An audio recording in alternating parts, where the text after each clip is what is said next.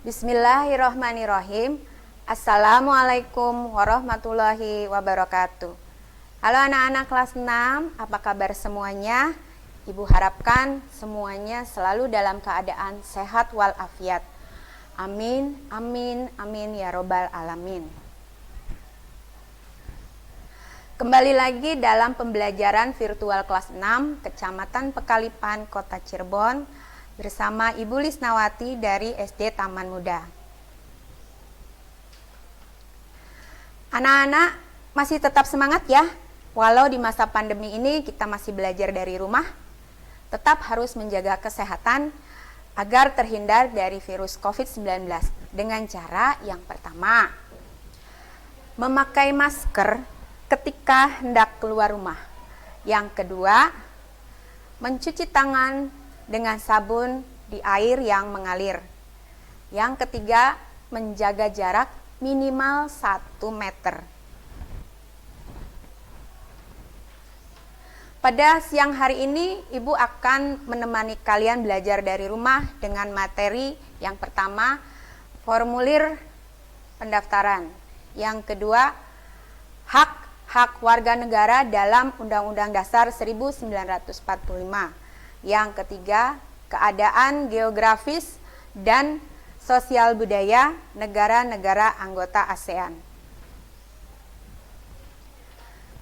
Sebelum belajar, mari kita berdoa terlebih dahulu agar pembelajaran pada hari ini berjalan dengan lancar, sehingga materi pada hari ini dapat diterima dengan baik. Doa sebelum belajar. Bismillahirrahmanirrahim.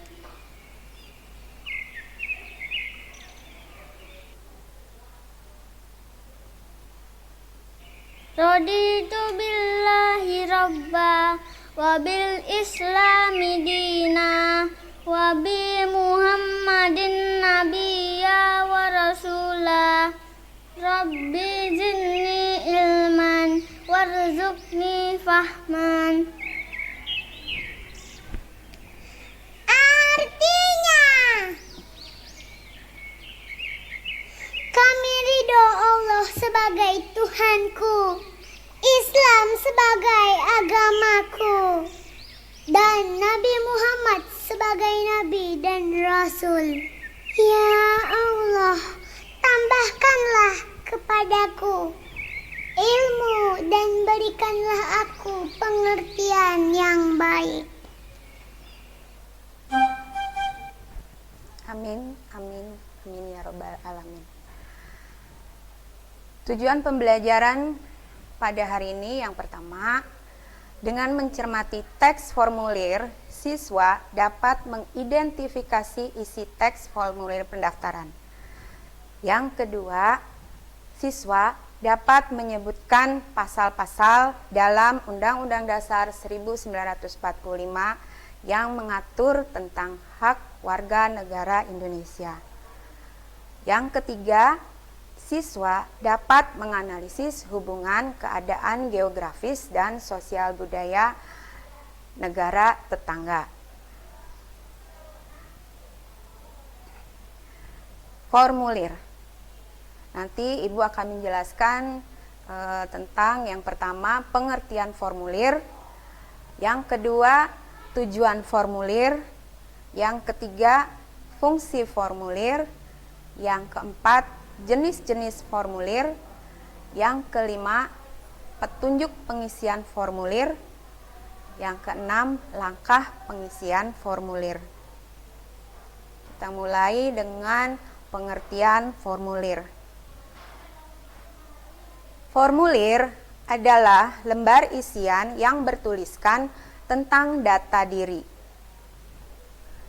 Formulir berisi identitas diri atau informasi yang bersifat tetap dan juga bagian lain yang diisi dengan bagian yang tidak tetap. Hal penting dari pengisian formulir adalah mengisi dengan data yang sebenarnya. Lalu apa tujuan formulir? Yang pertama, mempermudah pencatatan. Yang kedua, mempermudah dalam mengklarifikasi data. Yang ketiga, sebagai prosedur kerja. Yang keempat, mendapat informasi data diri.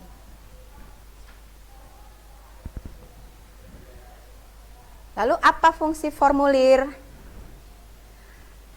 Yaitu yang pertama, mempermudah dalam pencatatan dan penyimpanan data.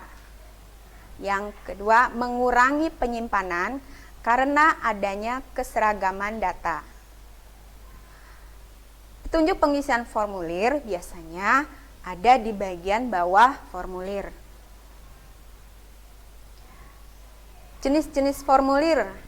Nah, di sini Ibu ada beberapa contoh formulir ya. Yang pertama, formulir pendaftaran. Yang kedua, ada daftar riwayat hidup. Yang ketiga, ada kartu pos. Yang keempat, ada slip tabungan. Kemudian, petunjuk pengisian formulir. Petunjuk pengisian formulir merupakan panduan yang akan digunakan saat akan mengisi formulir. Tujuan petunjuk pengisian formulir supaya orang yang mengisi formulir tidak mengalami kesulitan dan tidak terjadi kesalahan dalam pengisi formulir. Kemudian menghemat waktu, tenaga, dan penggunaan kertas. Dalam mengisi formulir, sebaiknya memperhatikan betul petunjuk pengisian formulir karena biasanya ada beberapa bagian dalam formulir yang diisi petugas, bukan pendaftar. Beberapa formulir memiliki petunjuk pengisian, yaitu menggunakan huruf kapital, menggunakan tinta berwarna hitam, dan lain-lain. Nah, di sini ada contoh petunjuk pengisian formulir, biasanya ada di bawah lembar formulirnya ya. Biasanya di situ ada keterangannya, petunjuk pengisian formulir Klub Sahabat Pena. Yang pertama, isilah formulir menggunakan nama lengkap, kemudian isilah formulir menggunakan huruf besar, tulislah alamat rumah secara lengkap dengan mencantumkan kode pos. Tulislah alamat sekolah secara lengkap dengan menggunakan kode pos. Tulislah tujuan mengikuti klub.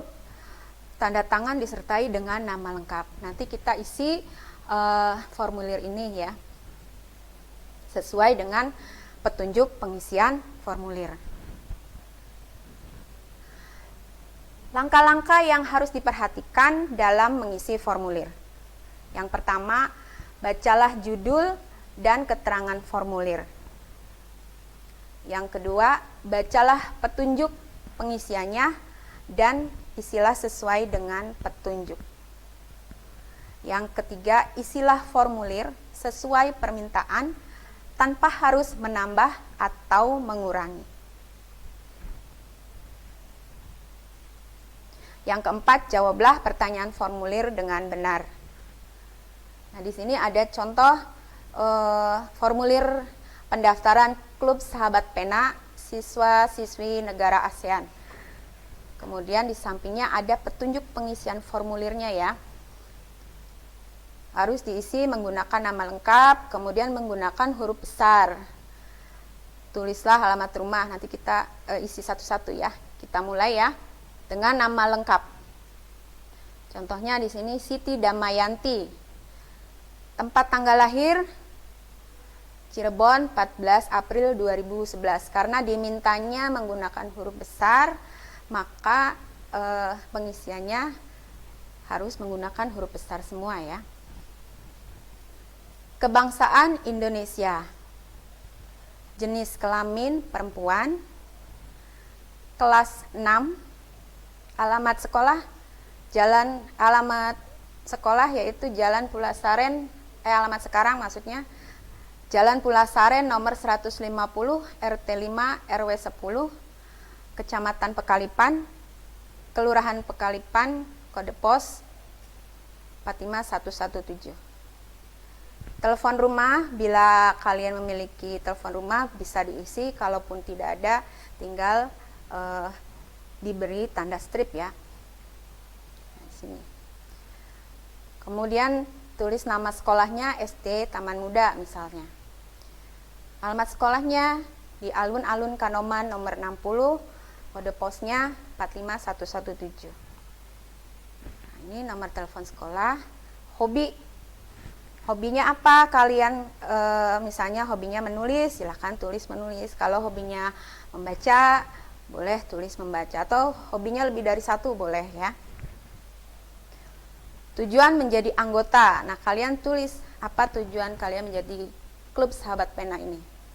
Contohnya di sini menambah wawasan mengenai negara-negara ASEAN dan menambah pertemanan. Kemudian jangan lupa diberi nama lengkap dan di atasnya dibubuhi tanda tangan.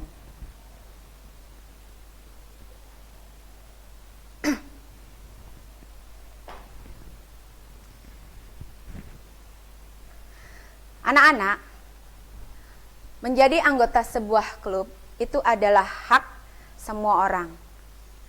Lalu hak itu apa sih? Dan apa sajakah hak-hak kita sebagai warga negara dalam Undang-Undang Dasar 1945? Pengertian hak. Hak adalah sesuatu yang mutlak menjadi milik seseorang atau sesuatu yang seharusnya kita dapatkan. Hak warga negara ditentukan dalam pasal-pasal Undang-Undang Dasar Negara Republik Indonesia tahun 1945. Apa saja yang ada dalam Undang-Undang Dasar 1945 itu tentang hak? Yang pertama, hak mendapat perlindungan hukum. Ini terdapat dalam pasal 27 ayat 1 Undang-Undang Dasar 1945 yang bunyinya, segala warga negara bersamaan kedudukannya di dalam hukum dan pemerintahan dan wajib menjunjung hukum dan pemerintahan itu dengan tidak ada kecualinya. Hak berikutnya, hak mendapatkan pekerjaan dan penghidupan yang layak. Hal ini tertuang dalam pasal 27 ayat 2 Undang-Undang Dasar 1945 yang bunyinya, tiap-tiap warga negara berhak atas pekerjaan dan penghidupan yang layak bagi kemanusiaan. Lalu hak berikutnya yaitu hak ikut serta dalam upaya bela negara. Tertuang dalam pasal 27 ayat 3 Undang-Undang Dasar 1945 yang berbunyi, setiap warga negara berhak dan wajib ikut serta dalam upaya pembelaan negara.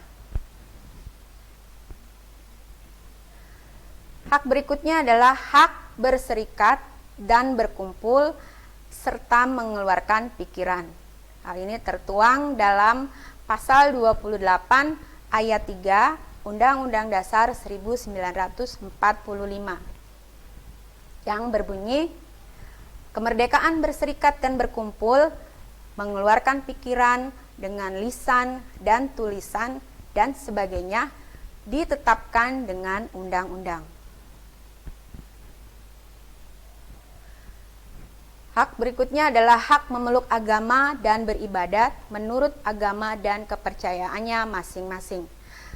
Ada dalam pasal 28E ayat 1 Undang-Undang Dasar 1945 yang berbunyi, setiap orang berhak memeluk agama dan beribadat menurut agamanya, memilih pendidikan dan pengajaran, memilih pekerjaan, memilih kewarganegaraan, memilih tempat tinggal di wilayah negara, dan meninggalkannya serta berhak kembali. Berikutnya, hak ikut serta dalam usaha pertahanan dan keamanan negara. Tercantum dalam pasal 30 ayat 1 Undang-Undang Dasar tahun 1945 yang berbunyi, tiap-tiap warga negara berhak dan wajib ikut serta dalam usaha pertahanan dan keamanan negara. Hak selanjutnya yaitu hak mendapatkan pendidikan. Ada dalam pasal 31 ayat 1 Undang-Undang Dasar 1945 yang berbunyi setiap warga negara berhak mendapat pendidikan.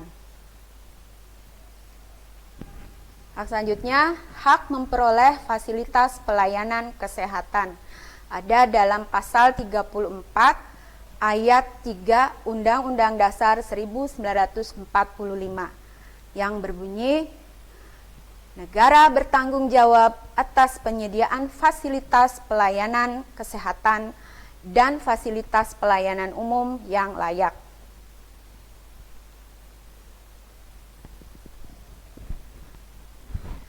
Kalian pasti pernah merasakan nyamannya hidup bertetangga. Hal ini terasa saat semua keluarga saling mendukung, saling membantu, dan bekerja sama. Kenyamanan dalam bertetangga perlu diwujudkan, karena tiap keluarga memiliki kepentingan yang sama. Hal itu juga yang mendasari terbentuknya ASEAN. Apa itu ASEAN? ASEAN adalah sebuah organisasi internasional yang beranggotakan negara-negara di kawasan Asia Tenggara. Negara-negara ini bersatu karena adanya persamaan letak geografis dan kemiripan budaya. Kepentingan yang sama dalam memajukan pertumbuhan ekonomi, sosial, budaya, serta menjaga keamanan kawasan menjadi dasar pertimbangan para tokoh-tokoh dunia pendiri ASEAN. Pada tahun 1967, ASEAN berdiri atas dasar Deklarasi Bangkok. Saat itu, tokoh-tokoh dari 5 negara yang terlibat dalam diskusi menjadi pencetus dan pendiri organisasi ini. 5 negara yang menjadi anggota pertama ASEAN di tahun 1967 adalah Indonesia, Malaysia, Thailand, Singapura, dan Filipina. ASEAN harus dapat memberikan manfaat bagi semua anggotanya. Untuk itu, berbagai kerjasama dikembangkan untuk memajukan kesejahteraan semua anggotanya. Kerjasama di bidang ekonomi, sosial, budaya, serta politik dikembangkan demi kemajuan semua anggota. Manfaat yang dirasakan oleh anggota-anggota ASEAN membuat semakin banyak negara yang kemudian bergabung dengan organisasi ini, hingga saat ini ada 10 negara yang menjadi anggota ASEAN. Nah, di sini ada peta Asia Tenggara, di mana ada 11 negara, tapi baru 10 ya yang menjadi anggota ASEAN. Apa saja? Yang pertama, Indonesia. Kedua, Malaysia. Ketiga, Singapura. Yang keempat, Thailand. Yang kelima, Filipina. Yang keenam, Brunei. Lalu ada Kamboja, ditambah Myanmar, kemudian ada Vietnam, dan yang terakhir adalah Laos. Itu adalah 10. Ada 1 negara yang belum menjadi anggota ASEAN, yaitu Timor Leste ya.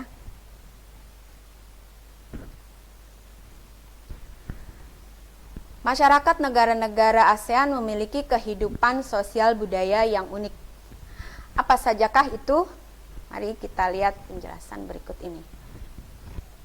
Yang pertama, kondisi sosial budaya Brunei Darussalam. Budaya Brunei banyak dipengaruhi oleh ajaran Islam. Mayoritas penduduknya adalah orang Melayu.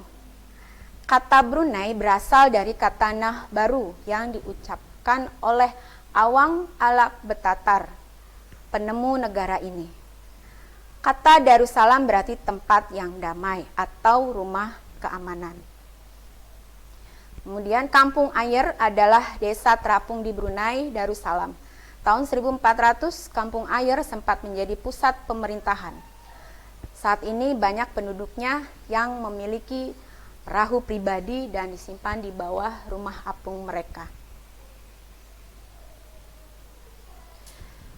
Berikutnya kondisi sosial budaya Malaysia.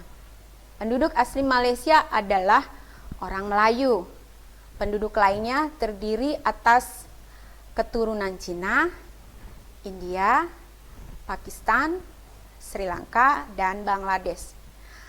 Di Malaysia memiliki kota yang bernama Georgetown, yaitu kota yang terdaftar dalam UNESCO World Heritage. Kota ini terletak di Pulau Penang, Georgetown, di Pulau Penang. Georgetown adalah kota yang memiliki ragam jenis budaya, seperti yang terlihat dalam gambar ya. Berikutnya adalah kondisi sosial budaya Singapura.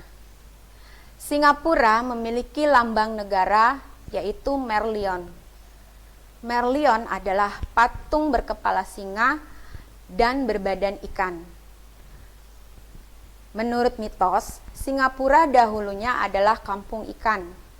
Kampung ini bernama Temasek yang berasal dari bahasa Jawa yang artinya lautan. Singapura berasal dari kata Sanskerta yang berarti kota singa. Penduduk Singapura berasal dari Cina, Melayu, India, dan Eropa. Singapura memiliki 4 bahasa resmi yaitu Melayu, Mandarin, Inggris, dan Tamil. Masyarakat Singapura memiliki budaya jalan kaki. Sekitar 80% masyarakatnya memilih untuk berjalan kaki kemana-mana. Hal ini disebabkan karena harga kendaraan yaitu mobil dan bahan bakar di sana itu sangat mahal. Berikutnya kondisi sosial budaya Filipina. Budaya Filipina merupakan hasil perpaduan antara budaya barat dan timur. Kehidupan budayanya dipengaruhi oleh budaya Melayu, Cina, dan Spanyol. Jabat tangan adalah bentuk salam yang paling sering dijumpai di Filipina. Tarian tinikling merupakan tarian masyarakat Filipina. Tarian ini menceritakan tentang burung tinikling yang berjalan melompat menghindari perangkap bambu petani padi. Berikutnya kondisi sosial budaya Thailand. Thailand adalah satu-satunya negara di ASEAN yang tidak pernah dijajah bangsa Eropa. Ramakin adalah cerita nasional Thailand yang mempengaruhi kehidupan masyarakatnya. Di Thailand, kepala adalah bagian tubuh yang paling dihormati. Tidak ada orang yang akan berani menyentuh kepala, bahkan kepala anak-anak. Sebaliknya, bagian kaki dianggap bagian yang paling hina karena dipakai sebagai alat untuk menapak di tanah. Oleh sebab itu, kaki tidak boleh dihadapkan ke patung suci atau orang lain. Kondisi sosial budaya Kamboja. Budaya di Kamboja sangatlah dipengaruhi oleh agama Buddha Theravada. Di antaranya dengan dibangunnya Angkor Wat, yaitu candi terbesar di negara Kamboja ya. Tari Apsara lahir pada 2000 tahun lalu. Relief tarian banyak ditemukan di bangunan-bangunan keagamaan di Kamboja. Berikutnya kondisi sosial budaya Myanmar. Myanmar disebut sebagai negara 1000 pagoda. Hal ini disebabkan karena sangat mudah menemukan kuil-kuil suci Buddha. Mayoritas penduduk Myanmar adalah keturunan Tibet. Bahasa yang digunakan adalah bahasa Burma. Pakaian tradisional Myanmar yang disebut longyi mirip sarung Indonesia. Namun kain ini membelit bagian tubuh mereka mulai dari perut hingga betis. Longyi yang berbahan kain katun bukan saja dikenakan pria dewasa, namun juga anak-anak dan wanita.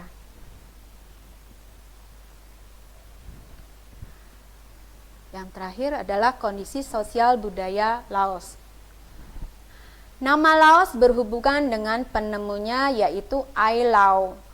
Orang Laos terkenal kesabaran dan kesederhanaannya. Hal ini berkaitan dengan ajaran Buddha yang banyak dianut masyarakatnya. Upacara sakral pemberian sedekah atau dikenal dengan saibat merupakan upacara di Laos. Para biksu membawa bakul kecil mengitari sebagian kecil kota untuk menerima sedekah dari penduduk setempat yang mayoritas beragama Buddha.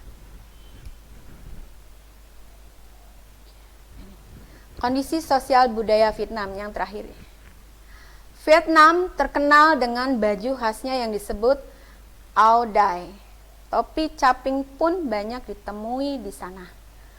Orang Vietnam gemar duduk di dingklik. Mungkin anak-anak tahu ya, dingklik yaitu kursi yang sangat pendek. Bukan hanya untuk makan, bahkan untuk mengobrol pun mereka senang duduk di atas dingklik. Mayoritas orang Vietnam memiliki nama keluarga Nguyen. Hal ini disebabkan karena dinasti Nguyen berkuasa mulai 1803 sampai dengan 1945 dan merupakan dinasti terakhir di Vietnam. Nah, Ibu ada tugas ya. Yang pertama, buatlah sebuah formulir pendaftaran. Yang kedua, tulislah hak-hak warga negara Indonesia sesuai dengan Undang-Undang Dasar 1945. Kemudian yang ketiga, nah tadi kondisi sosial budaya ada satu negara yang belum disebutkan, yaitu keadaan sosial budaya negara Indonesia. Kalian silakan jawab dan ditulis di buku tulis ya atau di buku latihan, lalu silakan kalian serahkan kepada wali kelas masing-masing ya.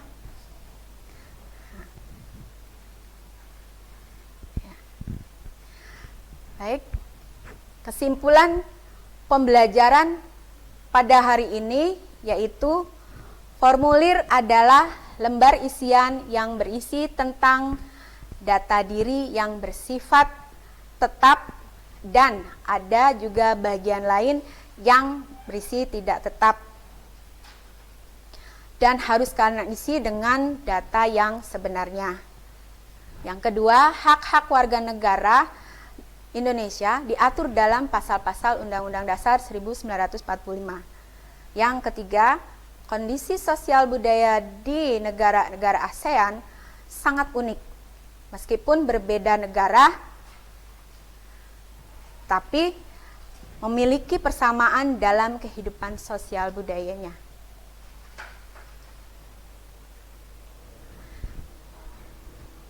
Sekian pembahasan materi hari ini.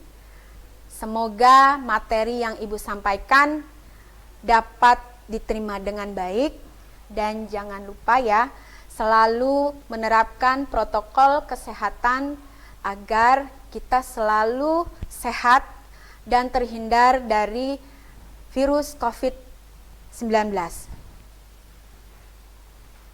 Tetap semangat, belajar dari rumah. Mohon maaf jika ada kekurangan. Wabillahi taufik wal hidayah. Wassalamualaikum warahmatullahi wabarakatuh.